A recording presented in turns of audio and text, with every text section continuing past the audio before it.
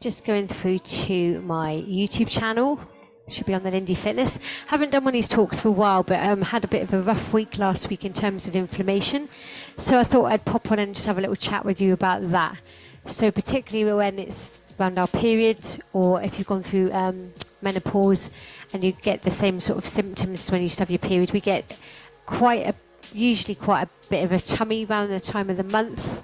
And with the memory of the muscles, sometimes you carry on having these types of symptoms once you've gone through the menopause as well. So last week I, by accident, was drinking oat milk and thought it was almond milk, and oats caused inflammation. I've got quite an intolerance to them now since I've hit 45 plus, despite loving porridge, flapjacks and oat milk. And I felt lousy all week, put on a lot of inches around my midriff. And then sort of basically, when you have got your time of the month and certain times of the month, we crave more sugar. Sugar inflames the body anyway.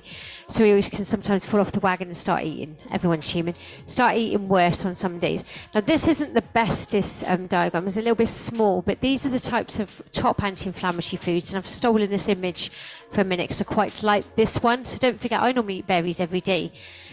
However, when I'm on my period, I don't. I just fell off the wagon. So berries such as the blueberries and the raspberries and the blackberries are absolutely fantastic. They're antioxidants. They're anti-inflammatory foods. That, I don't like the fatty fish on this diagram. I don't know if you can see that there. It should be really oily fish. So such as salmon, that's great for inflammation. Cruciferous vegetables, I can never say that word. Green veg, broccoli is really good. Spinach is really good. Avocados get a bad write-up by Slimming World because they hit a lot of sins on their particular plan. However, they're absolutely amazing food. They're full of a lot of antioxidants, and again, they're good for anti-inflammation. Green tea is not my favourite, but it's great if you do feel inflamed, if your body feels hot, if you're swelling up. Again, onions and garlic are great sauce. Mushrooms as well.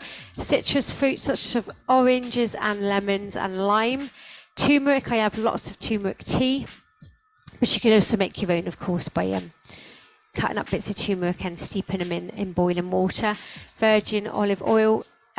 Cocoa, dark chocolate that contains a lot of cocoa. Tomatoes, don't forget pomegranate juice is fantastic for inflammation, as are nuts and seeds. The green leafy veggies there again, but the kale in particular, and a kind of spinach. Cherries as well, actually. That comes under berries really for me, but and some herbs. All those types of foods are actually really good for inflammation. So if you're feeling like your body's swelling up, get some turmeric tea if you can stomach it. I don't think it tasted much. There's lots of things you can naturally do without taking tablets to reduce inflammation. If your body does feel inflamed, you lack energy, you lack motivation, you can't get up and go do a workout, you might not want to go for a walk. Once you start eating bad, because sugar is so addictive as well, especially if it's sugary foods and fatty foods, and you want more of that same type of food. So then you can get into the poor habits again. So look at little tweaks that you can add these types of food into your diet, and you will feel much more energized and much more focused mentally, because it can impair your cognitive ability as well. So there you go. I thought I'd just share that with you. I'm going to post my progress photos again later, but they've not been great this week because I just ballooned up thinking I was drinking different milk to what I was. So there we go. Hope that helps. Have a lovely evening. I'm just going to stop the share and then pop off of YouTube up here